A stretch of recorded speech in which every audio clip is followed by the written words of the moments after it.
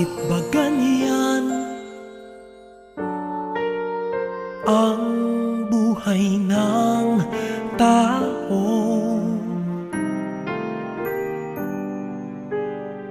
Mayroong mayaman, may api sa mundo.